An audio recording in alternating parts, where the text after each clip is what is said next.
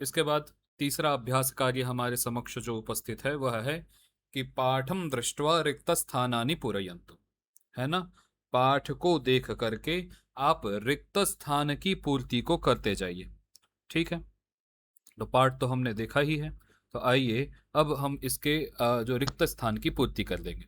अंडमान द्वीपस्य राजधानी कहाँ अस्ति? तो यहाँ पर हमको पता है कि इसकी राजधानी श्री विजयपुरम है। तो अंडमान द्वीपस्य राजधानी श्री विजयपुरम अस्ति। रस्य लिखता हूं यहाँ पे कि सर्वकारस्य आधिकारिक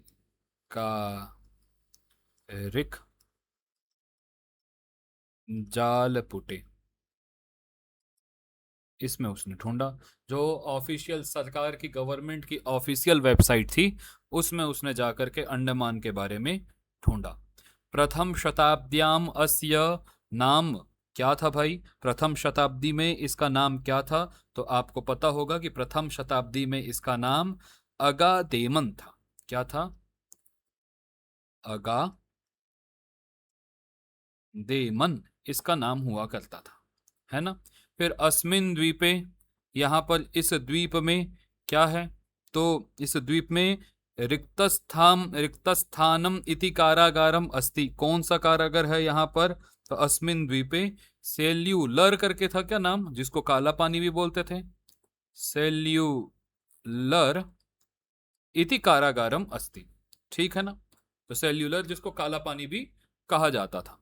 वयम स्वातंत्र वीराणाम, है ना, वयम हम स्वातंत्र वीरों का, तो क्या होगा यहाँ पर? बलिदाने न, अर्थात हम सभी स्वातंत्र्य वीर, जो स्वतंत्रता वीर के बलिदानों के द्वारा ही सुख से आज हम जी पाते हैं। ठीक है? अब लिखा हुआ है कि काला पानी रिक्त स्थानम संस्थायाः वैश्विक संपदः सूच्याम संरक्षितः। अर्थात जो ये काला पानी नाम का जो हमारा कारागार है, वो किस संस्था ने उसको वैश्विक संपदा की सूची में संरक्षित किया है? तो हम आपको बताया गया था कि यूनेस्को नाम की संस्था है। तो काला पानी यूनेस्को, है ना, संस्थायाः वैश्विक संपदा सूच्याम संरक्षितम। है ना? तो फिर पूछा गया कि कृषि कार्येण रिक्त स्थानम च जीविकाम निर्वहंती। ठीक है ना? तो जो है वो कहा गया कि कृषि कार्य के द्वारा, और एक और कार्य बताया गया था जिससे इनकी जीविका चलती है। तो यहां पर हमको लिखना होगा मत्स्य व्यापारेण। मत्स्य व्यापारेण च जीविकाम निर्वहंती। कृषि कार्य के द्वारा और मत्स्य व्यापार के द्वारा इनकी जीविका चलती है, जो वहां के जनजाति लोग हैं उनकी जीविका। है ना? आइए अब जो चौथा अभ्यास कार्य है उसमें प्रवेश करें। चौथे अभ्यास कार्य में कहा गया कि अधोलिखिता नाम विशेषण विशेष्य पदा नाम मेलनम कृत्वा रिक्त स्थानानि पूरयन्तु। है ना? तो यहाँ पर एक विशेषण पद है और एक विशेष्य पद है। इसके बारे में थोड़ा आपको मैं बताऊं कि विशेषण क्या है और विशेष्य क्या है। तो यहाँ पर हम ऐसे इसको समझ सकते हैं कि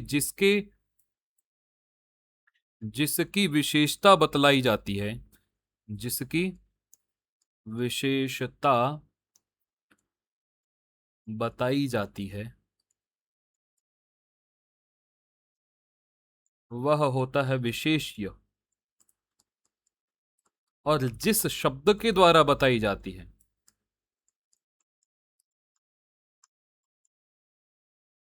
द्वारा बताई जाती है, वह विशेषण कहलाता है। जैसे कि अगर मैं कहूं कि कोई बालक है और बालक को मैं बोलूं कि ये सुंदर बालक है, तो सुंदर तो होगी विशेषता। तो किसकी विशेषता? तो जिसकी विशेषता बतलाई जा रही है वो विशेष्य। तो किसकी विशेषता बतलाई जा रही थी? बालक की। तो ये हो जाएगा विशेष्य। और जिस शब्द के द्वारा विशेषता बतलाई जा रही थी, तो सुंदर इस शब्द के द्वारा बताई जा रही थी, तो सुंदर हो जाएगा विशेषण। ऐसे आपको समझ जाना चाहिए, विशेषण और विशेष्य।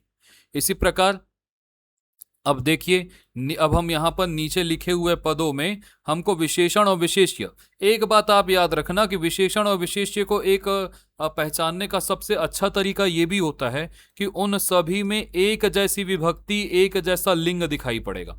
एक एक विभक्ति या एका विभक्ति, एक जैसी विभक्ति, अगर विशेष्य में चतुर्थी विभक्ति है तो विशेषण में भी होगा। एक वचन, मतलब अगर विशेषण बहुवचन में है तो विशेष्य, अगर यदि बहुवचन में है तो विशेषण भी बहुवचन में होगा। अगर वो चतुर्थी विभक्ति है में है तो वो भी चतुर्थी, और एक जैसा लिंग भी होगा, है ना। जैसे कि आप यहीं पर देखो, अगर बालकः है तो हमने सुंदर लगाया, सुंदरः बालकः।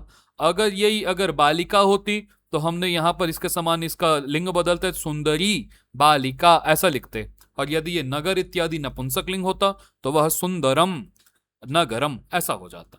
तो देखिए, अब यहां पर नीला जो है वो नीलम समुद्रम से मिल जाएगा, तो ये आपस में विशेषण विशेष्य है। इसी प्रकार सुंदर तमेशु समुद्र तटेशु, है ना। सुंदरतम मतलब बहुत सारे सुंदरों में बहुत जो अधिक सुंदर है, तो है ना। तो एक जैसे देखो, इसमें भी सप्तमी का बहुवचन का प्रयोग किया गया, यहां भी सप्तमी का बहुवचन प्रयोग किया गया है। ये भी पुल्लिंग था, ये भी पुल्लिंग है, ये भी बहुवचन था, ये भी बहुवचन है ना। तो हम ऐसे पहचान सकते हैं। तो सुंदर तमेशु, अर्थात बहुत सारे सुंदरों में से किसी एक को अत्यधिक बताना होता है तो तम लगाते हैं, और उससे सप्तमी विभक्ति का बहुवचन हमने लगा लिया है। और समुद्र तटेशु,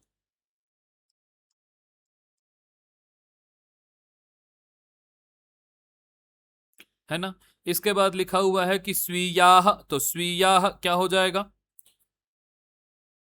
तो स्वीयाह रीति परंपराः ऐसा हो जाएगा। स्वीयाह अपनी जो रीति परंपरा थी, तो स्वीयाह रीति परंपरा,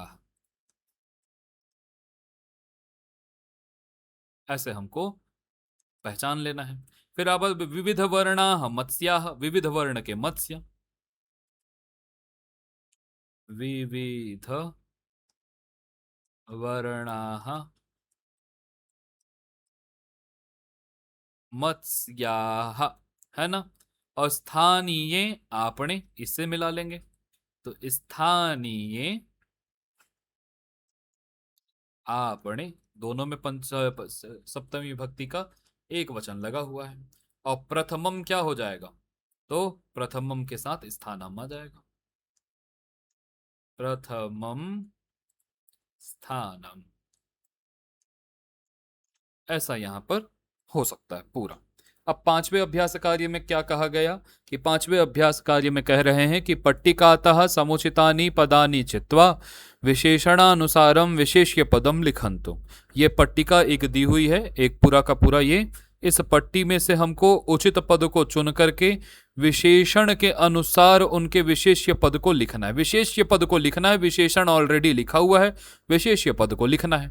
तो मैंने तो आपको पहले भी बताया क्या कि दोनों को पहचानने का तरीका क्या है, एक विभक्ति, दोनों में एक जैसा वचन और एक जैसा लिंग। अब जैसे कि नूतने हैं, अब विचार करो आप कि नूतने क्या है भाई, नूतने पुल्लिंग है, सप्तमी विभक्ति है और उसका एक वचन है। तो अब आपको इसमें पहचानना है, तो आप ऐसा देखो कि जो सप्तमी विभक्ति हो, पुल्लिंग हो और एक वचन हो, तो गृह ऐसा मिल जाएगा, है ना। तो आपको गृह यहां पर तुरंत लिख देना है, नूतने गृहे। अब रक्तायाम, तो रक्तायाम में देखो स्त्रीलिंग है ना। और स्त्रीलिंग होने के साथ सप्तमी विभक्ति, रमा का रमायाम बनता है, तो सप्तमी विभक्ति और एक वचन में बनेगा, तो रक्तायाम शाटिकायाम। वैसा ही दिखने वाला कौन सा है, शाटिका थी, ठीक है। उसी प्रकार सुदीर्घ, तो सुदीर्घ में आप क्या देखो, पुल्लिंग शब्द है, पुल्लिंग के साथ एक प्रथमा विभक्ति का एक वचन है, तो मार्ग ऐसा मिल जाएगा आपको, तो सुदीर्घ मार्ग, इस प्रकार। फिर उन्नतान, उन्नतान में देखो ये पुल्लिंग शब्द है, द्वितीय का बहुवचन है, तो उन्नतान, है ना, वृक्षान आ जाएगा, ऊंचे ऊंचे वृक्ष।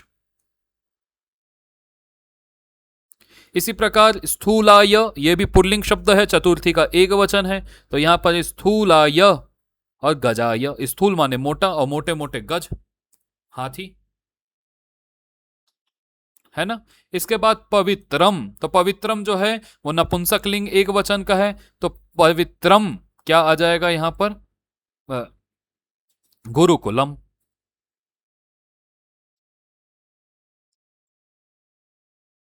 पवित्र गुरुकुल। और उत्तमानी पुस्तकानी, एक जैसी विभक्ति एक जैसा वचन एक जैसा लिंग, तो पुस्तकानी, इस प्रकार से। इसी प्रकार देखो अभी अभी उदाहरण दे रहा था मैं, तो सुंदरी के साथ क्या आ जाएगा, युवती। विशालायाम, तो विशालायाम के क्या आ जाएगा, विशालाम लिखा हुआ है, विशालाम पाठशालाम। एक जैसी विभक्ति एक जैसा लिंग एक जैसा वचन। और तस्य, तस्य के साथ क्या आ जाएगा, तटस्य। इस प्रकार यह, इस प्रकार जो पांचवा अभ्यास कार्य है वो यहां पर अपनी समाप्ति को प्राप्त करेगा। इसके बाद क्या कहा गया, इसके बाद छठवें नंबर के जो ये अभ्यास कार्य है उसमें कहा गया कि पट्टिकातः सर्वनाम विशेषण पदानि चित्वा वाक्यानि पूरयन्तु, है ना। अब देखो, अब इसमें से भी जो है विशेषण पद को चुनना है, लेकिन सर्वनाम को। तरीका वही है, इसमें जो इसमें जो वचन होगा, इसमें जो लिंग होगा, इसमें जो विभक्ति होगी, वही हमको लगाना है। अब आपसे यदि मैं पूछूं कि पुष्पाणाम कहाँ बनेगा, तो तुरंत उत्तर मिलना चाहिए पुल्लिंग में बनेगा और षष्ठी के बहुवचन में बनेगा। तो षष्ठी के पुल्लिंग षष्ठी बहुवचन यहां पर तेषाम आ जाएगा, है ना। तस्य तयोः तेषाम हम लोग लिखते हैं ना। तो तेषाम पुष्पाणाम उद्यानम अस्ति, वह पुष्पों का उद्यान है, ठीक है ना। अब वृद्धा में आप देखो तो वृद्धा स्त्रीलिंग शब्द है क्या, एक विभक्ति प्रथमा विभक्ति का एक वचन है, तो यहां पर प्रथमा विभक्ति का एक वचन एषा दिखेगा। तो एषा वृद्धा आपणम गच्छति। अब चित्रे, चित्र शब्द है नपुंसक लिंग है और सप्तमी विभक्ति का एक वचन है, तो तस्मिन बनेगा, तस्मिन एक जगह बनता है ना। नपुंसक लिंग के सप्तमी विभक्ति के एक वचन में भी और पुल्लिंग के भी सप्तमी विभक्ति के एक वचन में। तो तस्मिन चित्रे चंद्रयानम अस्ति, उस चित्र में चंद्रयान है। इसके बाद क्या पूछा गया कि शिक्षकः। अब शिक्षकः के बारे में आप विचार करो, शिक्षकः क्या है, पुल्लिंग है ना। तो उसके लिए प्रथमा विभक्ति एक वचन है, तो सह आ जाएगा यहां पर, सह, है ना। और यहां पर जो आ जाएगा ते, क्यों आ जाएगा भाई, तो बालका पुल्लिंग था, प्रथमा विभक्ति था और बहुवचन था। तो यहां पर पुल्लिंग, अगर ये यहां पर सह एक वचन में बनता है, तऊ द्विवचन में होते बनता है पुल्लिंग के प्रथमा विभक्ति के बहुवचन में, तो ते हो जाएगा। इसी प्रकार आगे क्या है, तो पुष्पम दिया हुआ है, तो पुष्पम को हमने क्या करना है कि पुष्पम नपुंसक लिंग है तो तत् बनता है, तत्, तो तत्पुष्पम आकर्षकम अस्ति, वह पुष्प जो है आकर्षक है, एट्रैक्टिव है ना। इसी प्रकार वह कंदुकेन, तो यहां पर आ जाएगा तेन, तेन उसके द्वारा, वह कंदुक के द्वारा खेलते हैं, क्रीडंती, है ना। इसके बाद देखो शिक्षिका, तो ये शिक्षिका जो है ना स्त्रीलिंग है, प्रथमा विभक्ति बहुवचन है, तो सा ते ताह ऐसा आ जाएगा, है ना। इसके बाद यहां पर तऊ मयूरऊ आ जाएगा, वह दोनों मयूर नृत्यतः नाचते हैं, यहां पर देख भी सकते हो दो मयूर दिया भी गया है। और यहां में आ जाएगा क्या, एक ही तो बचा है तस्यई। क्यों आया है, क्योंकि बालिका यही क्या बनेगा, चतुर्थी विभक्ति के एक वचन में, तो वहां पर जो है वो तत्शब्द का स्त्रीलिंग चतुर्थी विभक्ति एक वचन में तस्यई ऐसा बनता है, ठीक है ना।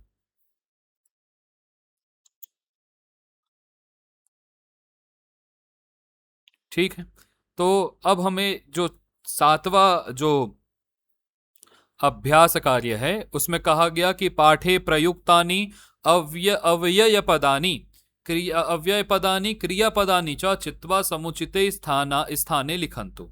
अव्यय पद को, जो अव्यय होते हैं इसके बारे में पहले भी जानकारी दी गई पाठों में। अव्यय किसे कहा जाता है, जो सदृशम त्रिषु लिंगेषु, जो तीनों लिंगों में समान हो, सर्वासु च विभक्तिषु, सभी विभक्तियों में समान रूप चले। तो आइए कुछ कुछ जो है वो ऐसे अव्यय पदों को, पाठ में आए हुए अव्यय पदों को चुने और चुन करके यहाँ पर लिखें। अब जैसे कि कुत्र का उदाहरण दे गया है, यहाँ पर एव आया था, जैसे कि वहां पर लिखा गया था कि श्रुत्वा एव, तो यह भी क्या है, एक अव्यय पद है। इसके बाद जैसे और इसके अलावा आया हुआ है अपि, है ना, लिखा हुआ था सोच्याम अपि संरक्षितम, है ना। इसके अलावा और कुत्र के बाद तत्र भी आया हुआ है, तो तत्र भी एक क्या है, अव्यय पद है, तत्र, है ना। इसके अलावा आम, आम मतलब हाँ, ये भी क्या है, एक अव्यय पद है, ठीक है। इसके अलावा एव तो आया ही है, इसके अलावा आया है एकदा, एकदा जो है ये भी अव्यय पद है। आया हुआ है सर्वत्र, तो सर्वत्र एक अव्यय पद है। इसके अलावा आया हुआ है च भी एक अव्यय पद है ना। अव्यय पद आया हुआ था उत्तमम, क्या आया हुआ है, उत्तमम, ठीक है। इसके अलावा जैसे कि आया था एक और पद आया हुआ है किन्नु, और आया हुआ है खलु, है ना। इसी प्रकार एक आया हुआ था यह माने बीता हुआ, है ना, तो ये भी एक अव्यय पद है, ठीक है। एक अव्यय पद आया हुआ है अद्य, है ना। यहां पे बहुत काटना पड़ेगा सर आपको, अद्य ढूंढ ढूंढ के लिखना पड़ा है। एक और आया हुआ है बहु, बहु माने बहुत, है ना। तो इस प्रकार से बहुत सारे अव्यय पद इसमें आए हुए हैं। अब हम लोग क्रियापद को देखते हैं, तो क्रियापद तो बहुत सारे मिलेंगे, स्मरामी, इसी प्रकार पश्यन्तु, पश्यन्तु माने देखो, अस्ति क्रियापद है ना। इसके अलावा जानन्ति, इसके अलावा आसीत, आसीत के मतलब, इसके अलावा और क्रियापद कौन सा आया हुआ है, इच्छामः, है ना। सूचयतु,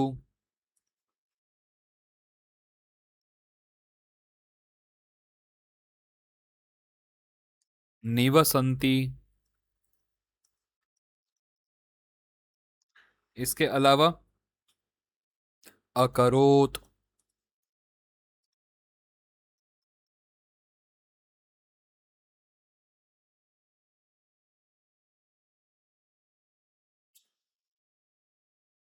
इसके अलावा आया हुआ है दृश्यते,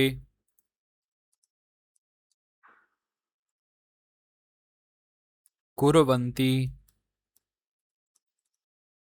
और एक अंतिम जो है और हम लोग लिखते हैं गमिष्यामः, इत्यादि क्रियापद यहां पर आए हुए। अब आठवें अभ्यास कार्य में क्या कहा गया, आठवें अभ्यास कार्य में कहा गया कि निम्नलिखितानां पदानां स्वरूपम सावधानम दृष्ट्वा उदाहरणानुसारम लिखन्तु, है ना। अब यहाँ पर क्या करना है कि हम लोग निम्नलिखित पदों के स्वरूप को ध्यान पूर्वक देखना है और उसको उदाहरण के अनुसार लिखना है, ठीक है ना। अब यहाँ पर करना क्या है, वास्तविकता में ये समास है जिसके बारे में आगे आपको पढ़ाया जाएगा। हम लोग जैसे समुद्र मध्य लिखा हुआ है, तो समुद्रस्य मध्य लिखा हुआ है, तो बीच की विभक्ति को बस गायब करना है, बीच की विभक्ति को, तो समुद्र मध्य में हो जाए, मध्य हो जाएगा। इसी प्रकार द्वीपा नाम, तो षष्ठी बहुवचन था, तो ये द्वीपा नाम में जो ये आम विभक्ति इसको हटा दो और बन जाएगा क्या, द्वीप समूह। इसी प्रकार रामायणस्य काले, षष्ठी विभक्ति एक वचन को सिया को हटाओ तो रामायण काले, ये समास हो जाएगा। भारतस्य भूमि, सिया को हटाओ, भारत भूमि, है ना, भारत भूमि हो जाएगा। उद्योगस्य विषयः, तो सिया को हटाओ तो उद्योग विषयः।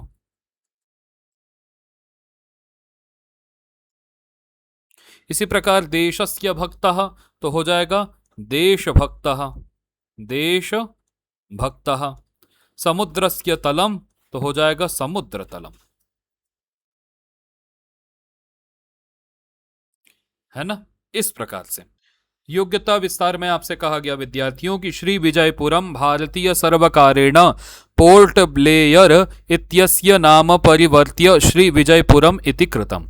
अर्थात भारतीय सरकार के द्वारा जो पोर्ट ब्लेयर, इसका नाम बदल करके श्री विजयपुर कर दिया गया है। इसका पहले नाम पोर्ट ब्लेयर था। हम अंडमान निकोबार की राजधानी पोर्ट ब्लेयर के नाम से ही जाना करते थे, परंतु अब इस पोर्ट ब्लेयर का नाम बदल करके सरकार के द्वारा श्री विजयपुरम ऐसा कर दिया गया है।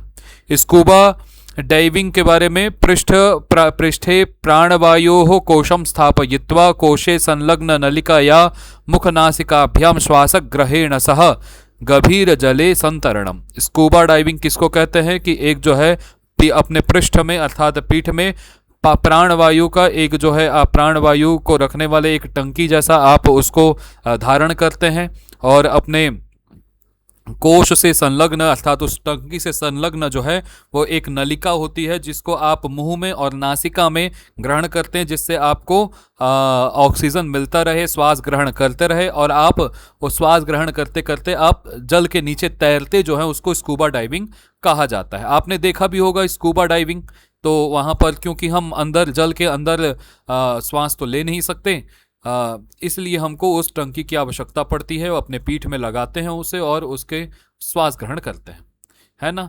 स्नार्कलिंगम उपनेत्रम धृत्वा समुद्र जलस्य उपरि प्लवनम, है ना। स्नार्कलिंग मतलब होता है कि आप क्या करेंगे कि समुद्र के जल में आप घूमते हैं, उपनेत्रम अर्थात चश्मा लगा करके। सिंधु तल विहारः सी वॉक नामना प्रसिद्ध, है ना। सिंधु माने सागर, सागर के तल में विहार करना जिसको सी वॉक भी हम बोलते हैं, इस नाम से प्रसिद्ध है। अस्मिन् गतिविधौ जनाः समुद्रस्य तलम यावत् गच्छन्ति, इस गतिविधि में जो लोग हैं समुद्र के तल तक जाते हैं।